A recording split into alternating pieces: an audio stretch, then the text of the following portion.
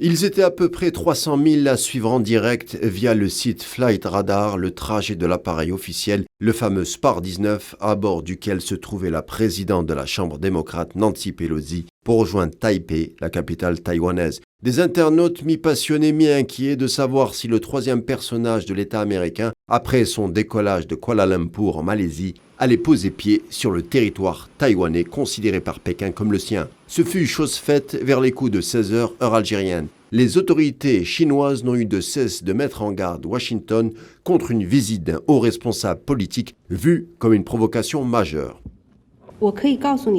Les États-Unis auront assurément la responsabilité des conséquences et devront payer le prix de leur atteinte à la souveraineté et à la sécurité de la Chine.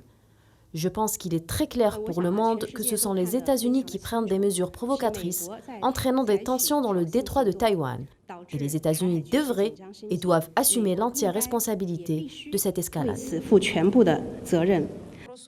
La Russie, elle, via sa porte-parole Maria Zakharova, parle de provocation délibérée. La Maison-Blanche, de son côté, a observé sa communication autour du voyage éventuel de Nancy Pelosi, s'est montré quelque peu dans l'embarras.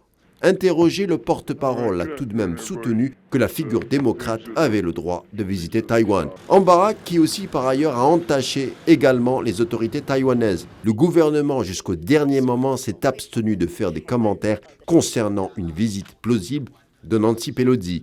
Le Premier ministre Su Tseng-Chang a éludé les questions des journalistes quelques heures avant que l'avion officiel Air Force One ne foule le tarmac de l'île.